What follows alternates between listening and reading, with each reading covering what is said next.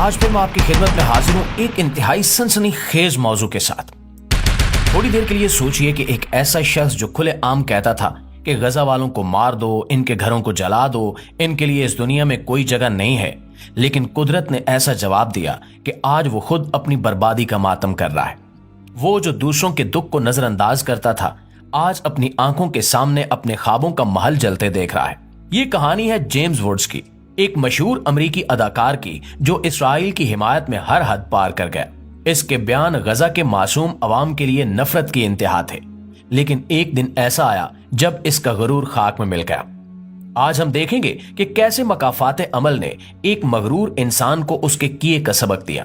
ایک ایسی ویڈیو جو نہ صرف آپ کے دل کو جھنجھوڑ کر رکھ دے گی بلکہ آپ کو سوچنے پر بھی مجبور کر دے گی کہ واقعی انسان اپنے اعمال سے بچ سکتا ہے۔ لیکن ویڈیو شروع کرنے سے پہلے آپ سے گزارش ہے کہ اس ویڈیو کو آخر تک ضرور دیکھیے گا۔ پیارے دوستو، جیمز ووڈز کا شمار ان اداکاروں میں ہوتا تھا جو صرف اپنے ہنر کی وجہ سے نہیں بلکہ اپنے متنازع خیالات کی وجہ سے بھی میڈیا کی توجہ کا مرکز بنے رہتے تھے۔ وہ ہمیشہ سے اسرائیل کے حق میں بولتا تھا اور غزہ کے عوام کے خلاف سخت رویہ اپناتا تھا۔ اس کے بیانات نہ صرف سخت تھے بلکہ انسانیت سے عاری بھی تھے۔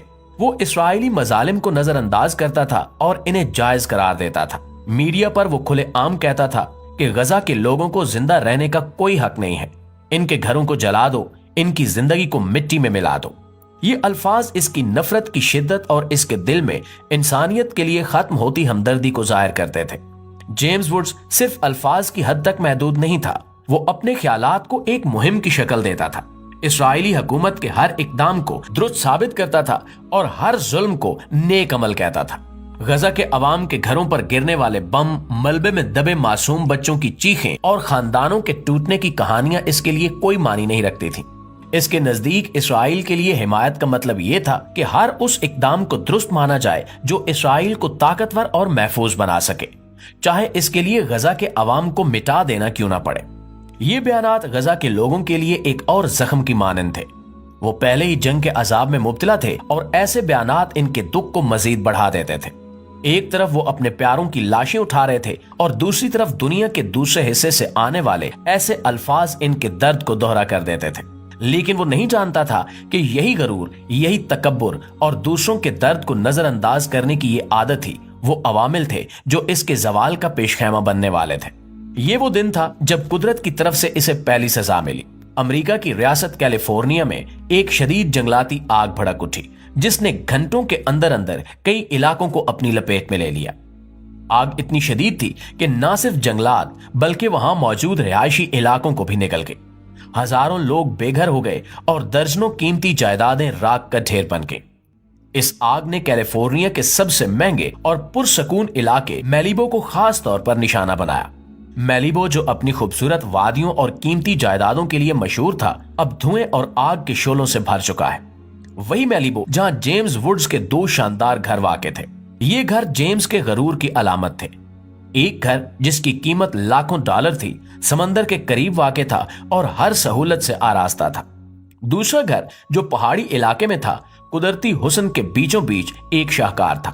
جیمز ان گھروں کو اپنی کامیابی کی علامت سمجھتا تھا اور ان کی نمائش کرنا اس کی عادت تھی۔ لیکن جب آگ کی لپیٹیں اس کے گھر کی طرف بڑھیں تو وہ کچھ بھی نہ کر سکا۔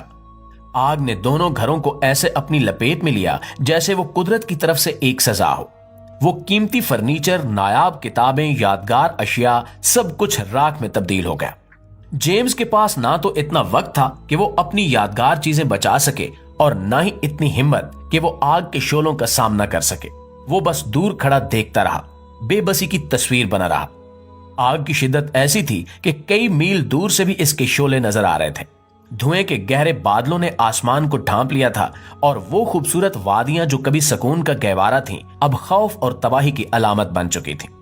جب جیمز اپنے گھروں کے جلنے کا منظر دیکھ رہا تھا تو اس کے دل میں ایک ایسی بے بسی کا احساس پیدا ہوا جو اس نے پہلے کبھی محسوس نہیں کیا تھا۔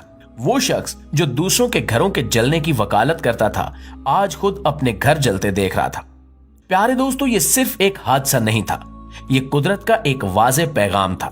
جیمز کے لیے یہ وہ لمحہ تھا جب اس کے الفاظ اور اعمال نے اس کا سامنا کیا۔